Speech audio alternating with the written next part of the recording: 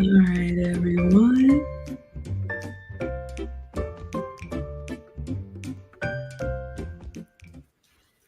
And we fade. Welcome back. Welcome back to your 30-day elegance boot camp. We are up to day 11. For anybody new here, hi, I am Maggie. You may know me from my cooking channel. I'm all about food and femininity. I love helping feminine women attract and keep the masculine man of their dreams. Lucy and I are the co-founders of the Finishing School for the Modern Woman, which is a privately taught 8-week Saturday school. Registration is open. You can go to teachablemomentswithmaggie.com and the link is in the description. If you're interested, our next session starts in January. So in addition to having things behind the YouTube scenes, we also like to share with you all and help out the community. So we are continuing on. But before we go on, Lucy, please introduce yourself. Hola, I'm Lucy. You also know me as Luke Casely 20. And I have a small channel. I usually present topics about Spanish, basic Spanish, advanced Spanish. And sometimes I put in some topics about femininity, etiquette, manners, anything related to social, maybe issues related to femininity and cultural issues as well. All right, fantastic. All right, so just a quick recap as you guys are coming in. Sit back, relax, make yourselves comfortable. So, this is a 30-day boot camp. We are actually following the book from Woman of Elegance. Vivienne has a YouTube channel. She's on all social as Woman of Elegance. I highly encourage you all to check her out. She has given us permission to use her book to teach one lesson per day. So that's what we're doing from November 1 through November 30th. So if you're new, you can get caught up. It's on YouTube, Facebook, Twitch, Twitter, Instagram, and we are also on Spotify. So we are making this a podcast on Spotify. You can listen on the go. So this book is available for you all. The link is in the description. You can get 20% off using the code ELEGANCE20. But you all know we have very generous men in our community. Shout out to Brandon Eljet, who is making this book available complimentary to our students in the finishing school. So if you're a current student, it's already in your dashboard. If you want to register for January, you will get the book for free as one of your bonuses. I see everybody coming in. All right, so let's do a little recap on what we've been doing so far, and then we're moving into a new section, ladies. I'm so excited. All right, so let's see if we do this. Yes, okay. So we started out talking about the outside. And when women think about elegance or etiquette or any of that stuff, you may think it's all of the things that happen on the outside to you.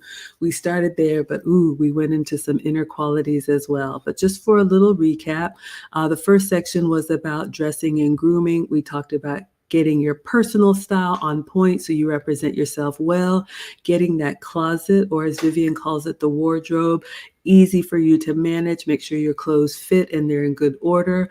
We talked about shoes and accessories that could complement the outfit and your personal style. And then your face and your hair, making sure you have a routine that's simple. Of course, it's fine to get dolled up from time to time, but you want to have a routine that's simple that you can maintain and be consistent. Day 5, we talked about looking neat and smelling nice. Ladies, grooming is a huge part of your elegance journey and the self-care. When you take care of yourself, you feel better. All right. Then we moved on working on your posture, how we sit, how we stand, how we move says a lot about us. And those nonverbal feminine qualities speak volumes. All right.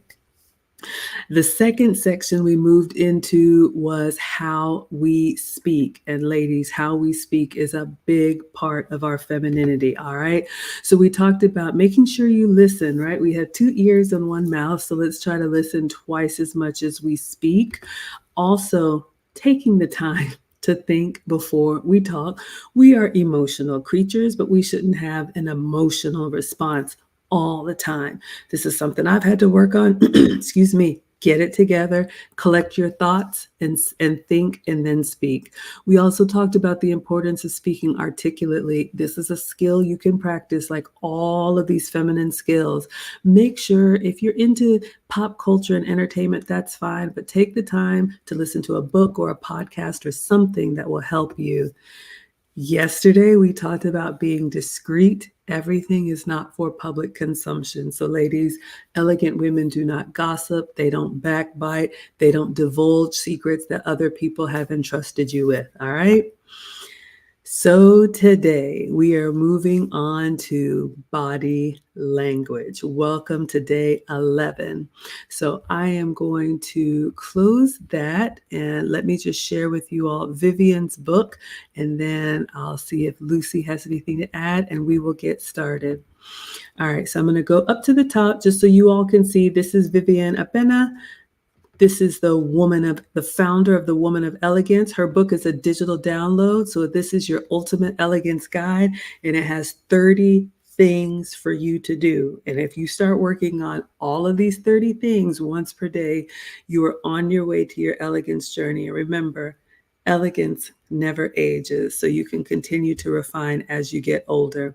All right. So we have just been going through all of this with you. And again, you can get your own copy at the link in the description, and your discount code is elegance20. All right, ladies, let's move on to body language. But before we do, Lucy, any comments, anything you want to say before we get started today? I love how she um, set up the book itself for 30 days. She has us looking outside first, and then has us looking in, Mm-hmm. internally working on some of the things that we can improve. So I think that the way she set it up is incredible. Yeah, absolutely. And hopefully, ladies, we're at day 11 of 30, so buckle up. But hopefully, we're about a third of the way in. Hopefully, you all are realizing that there's so much more to elegance, and it is something that you can work on. So, we want to bring awareness to you. If you want someone to walk alongside with you on your journey, Lucy and I have several classes outside of the YouTube channel you can register for. And I also do one-on-one consults. But yes, it's so much more than just putting on that little black dress. What does Killis say? Your school has better backing than our local school system. Oh my gosh. Shout out to Brandon LJ. Yes, we have very, very generous support here. We are grateful. Okay, ladies, so let's see. What does Vivienne say? Watch your body language. Look people in the eye when they're speaking to you or you're speaking to them. Don't stare at them or look at them fixedly. That means fixing your gaze only on them. Blink from time to time or nod occasionally to let them know you are conscious and listening to what they are saying. Okay, so I love this. Now, we talked a lot about conversation, and I know some people, like me, find it easy to have a conversation. Some people struggle with it, but again, this is a skill you can practice. We have talked about the cultural component of this, and we also talk about this in the finishing school. We are aware that there are some cultures where, especially a younger person, would not look an elder in the eye. So obviously, do what is appropriate for your culture. But in Western culture, in the States or wherever most of us are, it is rude and disrespectful to appear distracted when someone is talking to you. Take the time to look them in the eye and acknowledge them. You all have heard my airport story. If this is not a good time, say so.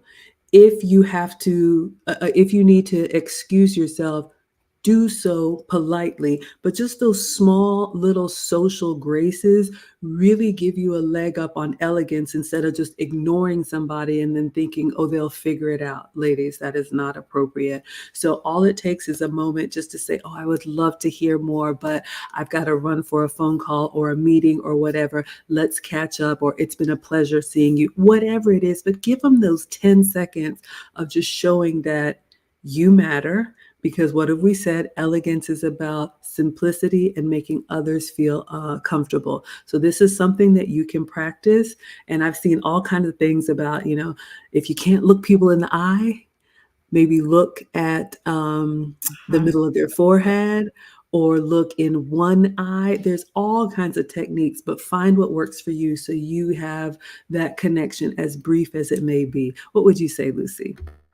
Yeah, I've heard that about the eyes, looking the forehead instead of just like extremely in the eyes, because some people have really intense looks. So you don't want to, right? You don't want to intimidate that other person.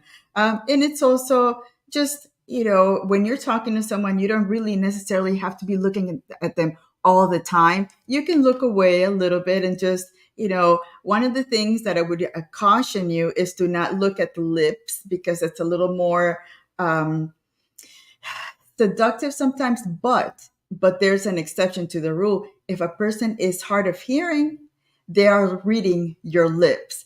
And that is something that we learned during the pandemic. There were a lot of people having trouble hearing folks when they had the masks, because they couldn't read the lips. So, just be watchful. And usually when somebody's hard of hearing, they would tell you, I'm sorry, I can you speak a little louder or whatever. But it's just be careful with those body cues and signals.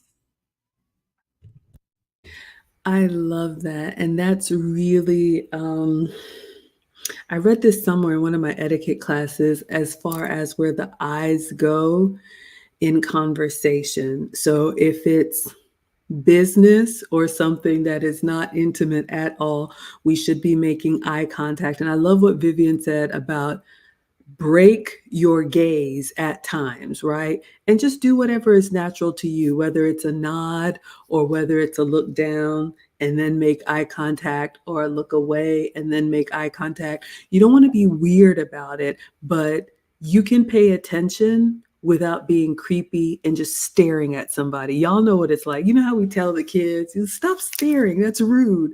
They don't understand these things. If they see something, they are just looking at it, right? That's not what you want to do. Try and read the room, ladies. Allow yourself to be comfortable and just relax in that. Find something that you can focus on the face if looking into their eyes is difficult for you. But I think it's a beautiful connection when you can. So we talked about looking into the eyes. That is, probably the most standard, the most appropriate. And then, I think it was Jamila Musayeva. So she divided the body into thirds. And I either read this or saw this on her video. So from like this part of the face up, like the upper third, forehead to the nose, is kind of where you look in business, or if you're just making an acquaintance or something that's, just kind of standard. And then like from here down to like the jawline, so the lips and kind of like the neck a little bit, that second third, that middle third is kind of where your eyes go when you feel a little bit more comfortable, or like Lucy was saying, maybe you're really trying to pay attention if you're hard of hearing and you're trying to read the lips. But this is like the next level of intimacy. And then let's just face it, from the neck down, like even, show a little bit of skin, or you never want to show your cleavage, but this part of the body is kind of like the most intimate for eye contact. So when someone is looking at you down here, they've kind of gone past the first third and the second third, and now they're getting into that intimate space. Not in a really bad way, but I just thought it was fascinating the way, when you connect with someone, kind of where the eyes go. And ladies, a lot of this is primal. We've talked about this in our classes. Some of it you can just kind of like plan for, but humans have evolved over time to be able to need to determine instantly if someone who is approaching is friend or foe. And so if you look at boxers, if you look at, I was just watching football, if you look at athletes, what do, right? They stare each other down. There's kind of that like challenge, that match, that mano mano, that kind of thing. And then when someone gets more comfortable, their eyes start to move down your face and then your body, but just keeping that in mind, ladies. So hopefully that little lesson helped. Anything to add, Lucy? I like that you mentioned boxing. And again, any sports, actually. I was watching my nephews play today soccer, and it's amazing to see boys behave in their own environment. And it is kind of like you intimidate each other when you look at uh, uh, eye to eye. So I think it's a different way of, and it has to do also with who you're looking at. Is it man, woman looking at each other? Is it man to man look at eye to eye? Because you hear these stories about men in prison, how sometimes they cannot look at each other in the eye because that's disrespectful. So it's those things that you learn by being in your social environment, and you just have to be aware of the verbal cues. Absolutely. Let's look at what everyone is saying. Everybody's coming in. We have the work from home wife of Atlanta saying, loving this series. Thank you, ladies. I'm so glad it's helpful. We had this idea to do a 30 by 30 for you all. So for November 1 through November 30th, we have new content for you every day because we realize not everyone had this teaching or had this example. And we are still learning. You have never arrived on your elegance journey. And if you're here for personal development and it's helping you, we are so grateful. So thank you for saying that. What else do we have? What does the condemned say? He says, I can confirm I stare deeply in folks' eyes when they speak to show respect. And they look away from me at times. And it turns out I was unintentionally intimidating them. Okay. So even though the finishing school is for ladies, there's a lot that, well, we know we have a lot of men in our community, and there's a lot that men can take from this as well. So what you want to do, read the language, the body language of the other person. If it feels like there may be people who aren't used to people looking them in their eyes. And so if their body language changes a little bit, you can look away to kind of break the gaze, or you can, let's say it's a meeting, maybe you have a notepad and a pencil and you're listening and taking notes and kind of nodding. You could be scribbling, you could be doing something else, but just something to let them know I'm still present. Maybe a little really, aha, whatever, just something to kind of show I'm with you, but you break that gaze a little bit. I love looking into the eyes, but yeah, some people it may be too much. So, but thank you for sharing that. Lady Navoa says, yes, you can show a little bit of your femininity and still be, sexy and modest. I mean, it depends on the environment and what is appropriate. There are times when you want to be a little bit, and then there are times when it's just not appropriate. So hopefully we're giving you all the tools so you can read the room. All right, let's see. What else does Vivienne say? All right, fidgeting, tapping your fingers on the table, or supporting your head with your hands gives off a negative impression. Well, ladies, ugh, this is a tough one. We really have to work on self-control, especially when we're in mixed company with others. You just never know how some of the things that you do that you may think are just innocent, or that's just a habit. You know how some people you can't see, but like they're always like that leg is moving. Maybe that's just a way that they have this thing that they've always done, but it makes me feel anxious. I'm like, am I doing something wrong? So watch that, ladies. I mean, like anything from like playing with your hair too much and, this thing that you see all the time, stop it. You shouldn't even touch your hair around people. Grooming in front of others, it's not elegant. Don't do it. Biting fingernails, chewing on pencils. Hopefully we don't do that anymore. Maybe I'm just having flashbacks from the calls I used to get from the school about the kids. But the fidgeting and the doing things that just make you nervous. Again, remember the primal response. If I'm talking to someone and I'm calm and I'm composed and I'm looking at them and I'm trying to have eye contact with them and they're shifty and they're all over the place, even without having the conscious thought, it tells me They have something to hide. Why do they have something to hide? Are they here to harm me? Are they here to help me? So a lot of these things go through our minds and go through the other person's mind. So we want to make sure that you ladies are prepared. So when you show up in a space, get everything sorted first. Again, going back to the beginning, make sure your wardrobe, your clothes fit you and you feel comfortable. I was listening to Sarah's podcast, the Femininity Project, before you leave the house. She says, bend over in front of the mirror. If too much is showing, change your outfit.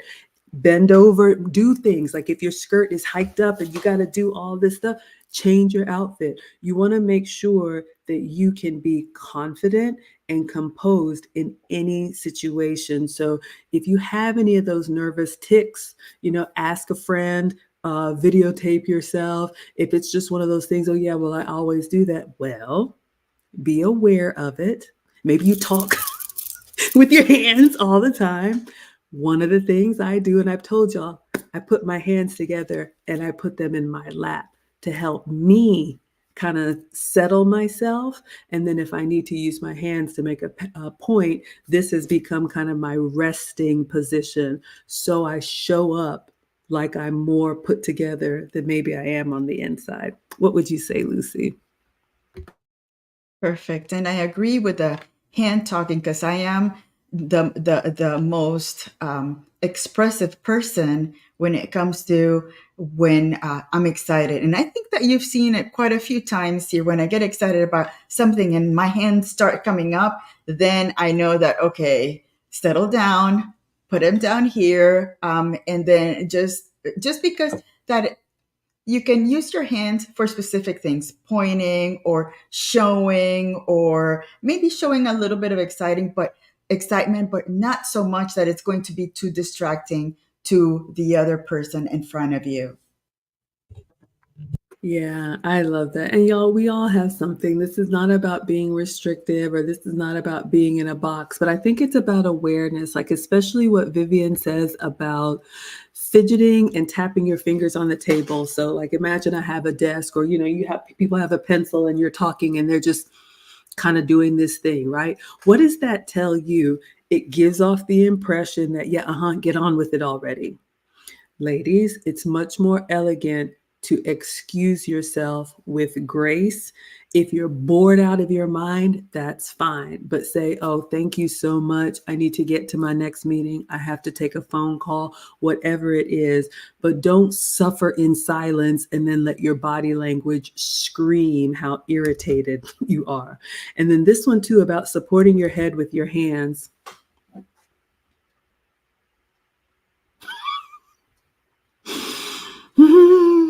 I'm having a teenage mom moment. It's like when I start talking, like immediately you can hear the boys, doon, doon, doon. Here she goes again. And like my blood just wants to boil because I'm like, how are you annoyed with me, you freeloader? Okay, sorry, I had a little outburst. But anyway, just be mindful of these things that we do that can signal to the other person that you're not okay, which means they should be worried because if you're not okay, what does that mean to them? So we want you ladies to start coming up out of just thinking about yourself and everything that's going on with you and try to be more mindful about how you show up to others around you. Because like we said, the men are always watching and oh, that's that those silent, like feminine cues can either draw people towards you and want to get to know you and feel comfortable around you, or what's up with her? So I'd love to hear what y'all say in the chat. What other kind of body language faux pas have you all seen that you would say are not elegant? And what would you say, Lucy? Yes, and that's that soft and slow paced femininity that you don't have to be high energy, high intensity all the time. Slow down. People are going to be watching you. You're going to be um, the type of person that they're going to say, oh, I like being around her. There's something about her that makes me feel so comfortable. And making others feel comfortable around you, it's because you're a little more calm. That high energy is sometimes just too much. You can use high energy when you're in a state of urgency, of course, but for the most time, it's good to just be calm and soft and quiet. That, believe it or not, calls much more attention than the loud, obnoxious person trying to call that attention. Yes, take it from a loud mouth. I have to work every day, and y'all see me. Sometimes I have outbursts, but I work really hard to make sure that you all have a good experience. Hello, Smash. We have a question from Christina. It says, why do people think they're too good to hang out? It's like they say, oh, us ladies just hung out, and when you don't get included, it's like, whatever. I made a pledge, and I'm not begging for no one to hang out no more. It's crazy. I don't understand this question. Maybe you just needed to get that off your chest, and that's fine, but we'll use this as a teachable moment. Ladies, we are not entitled to be in anyone's company, and we are not required to spend time with anyone we don't really want to. It is okay to say yes or to say no. It is the how you do it that speaks volumes about you. You can politely decline an invitation, and you are not required to give an explanation. I think we talked about this in the hosting class. So we were in the section about RSVPs. If someone takes the time to invite you to something, you absolutely should respond. There's so many reasons why. We won't get into them here, but they thought enough of you to extend an invitation to whatever it is. It could be something formal, it could be a holiday party, it could be a casual gathering. If you can't go, you can send your regrets and just say, I'm so sorry, I won't be able to attend. If you want to send a modest gift, you can, but you are not required to, and you're not required to explain it. And then the person hosting should not be offended if someone has to politely decline. What you shouldn't do is ignore the invitation. That's just rude. You shouldn't show up unannounced. You shouldn't bring other people with you. And all of these topics that we've talked about, when you are in mixed company, make sure you conduct yourself in a way that people are going to want to invite you back. And they're not like, oof, she was a little too tipsy. So next time, let's not have her, or whatever it is. All right. So hopefully that helped. Would you say anything different, Lucy? And there's also, I think that the older you get, you'll start understanding that there are friends for different occasions. You're going to have friends to go out drinking with, you're going to have friends to go out to the movies, you're going to have friends for different things. So maybe those friends didn't think that the event that you didn't get invited to was going to be part of the things that you like. So, I mean, it would be interesting to know what the reason was. But again, if they don't invite you, it's no big deal. Okay, so it was an event that they wanted to take part on their own, and that's that. Really, it's part of just becoming okay with. Okay, well, yeah, it wasn't part of the invitation. That's fine. Life goes on, because if you start thinking about it and taking it personally, it's just going to ruin your mood. And really, maybe they didn't even think about that. So I think that it happened. Move on. I agree. So that's what Vivienne had for day 11. Did anybody else have any questions, any feedback, any other comments about body language? What is the type of body language that attracts you to someone? What is the type of body language that repels you from someone? We talk a lot in the finishing school about silent femininity. Of course, there's a time to speak, and of course, you should have a brain and your own thoughts. But there's so much that you can do without saying a word.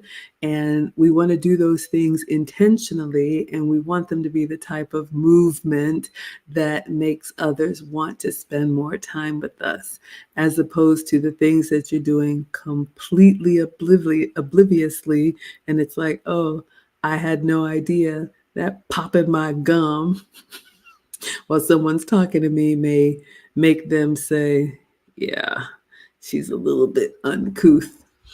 Oh, you're welcome, Christina. I'm glad that helped.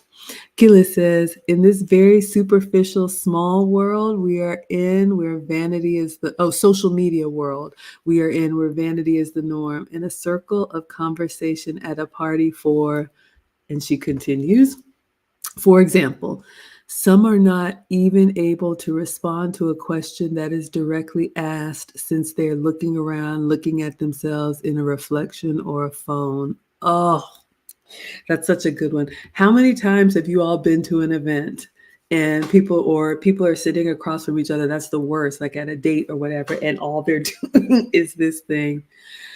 I could go on and on. Number one, if it's a meal, nothing on the table that is not related to the meal. We talk about this in the finishing school. No purses, no glasses, no phones, nothing. If you need to attend to an emergency, the proper etiquette is you politely excuse yourself, leave the table, go handle your business, and then come back. Again, you don't want to do anything that disrupts the flow of the conversation or the party and makes people stop enjoying themselves and then focus on you. All this stuff. And I'm someone who likes taking pictures. Y'all know.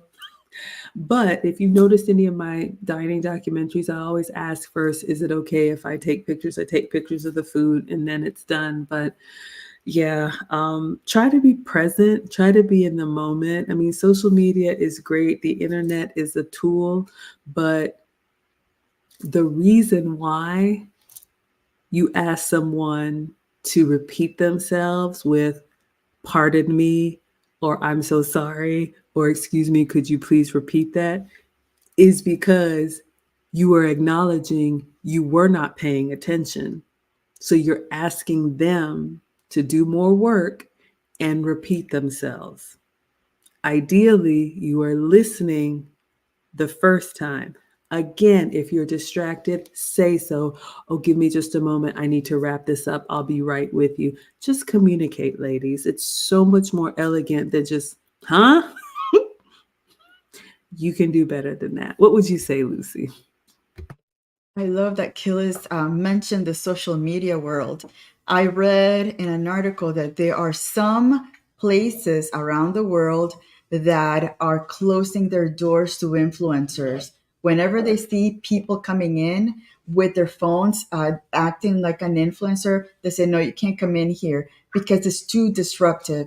And I think it it's not working out. And now, even at gyms with these uh, women and men filming themselves doing exercises or shaming other people for looking at them and so forth, there are some gyms that are saying no phones, no cameras in the gyms because of that influencer social media stuff, because it has become more detrimental than anything else. All right, ladies. Yeah, all it takes is one bad apple to spoil the bunch. But yeah, I mean, and there's some etiquette around that. What have I learned? You never want to take pictures, in someone's house of their personal things, of their children, their pets, the outside of their house, for safety reasons or whatnot. Usually, even when I travel, I really try to keep it about the food. But I've been places and there are signs up that say no photography. So you put your phone away and you have to respect that. It doesn't matter if I've traveled halfway across the world. You don't just impose what you want to do just because I'm here. Who am I? No, absolutely. You want to follow the rules. All right. Again, it's not about us. Lady Navoa says facts. It is about consideration to others. all of this etiquette, elegance, it's always putting other people around you before your own needs, making sure that they are okay, having situational awareness, making sure that you are not the problem in the environment. Absolutely. And Mona says, yes, I see that often in the gym. Excessive filming and recording. It's distracting and invasive. Yeah, I've even seen it, y'all, in church. I mean, it's just, I mean, if there's one place that should still be sacred and holy, but hey, this is the world that we live in. I mean, it's a shame, if there's any bad news or God forbid a fight or whatever, what does everybody do? They whip out their phones. So, that's all that I had for tonight, and I don't see any other comments. So we will go ahead and wrap up day 11. Hopefully, you all are finding these tips helpful. So let's see, tomorrow, Lucy, could you do 5 on Sunday? Your time, 5? Okay. Yeah, So 5 is we'll okay. so we'll do 8 p.m. tomorrow because I try to get to the mastermind. What does Killa say? And people that talk without listening, they say something you've already said. It shows they weren't in the moment or have a preset idea in their head and they're not engaging. Yes. Mhm. Here's a little thing that I do. I love to give you all tangible tips. If I'm talking to someone and it's clear they're not paying attention to me, I just sit there and I wait. And they're like, yeah, yeah, and I just let them realize that I haven't been speaking for the last 30 seconds or 60 seconds. Oh my goodness. And they'll put their phone away. It's not the end of the world, but I'm not going to tell my story or whatever you asked me to say and then repeat it all over again because you were too busy to be bothered to pay attention. It's not that important.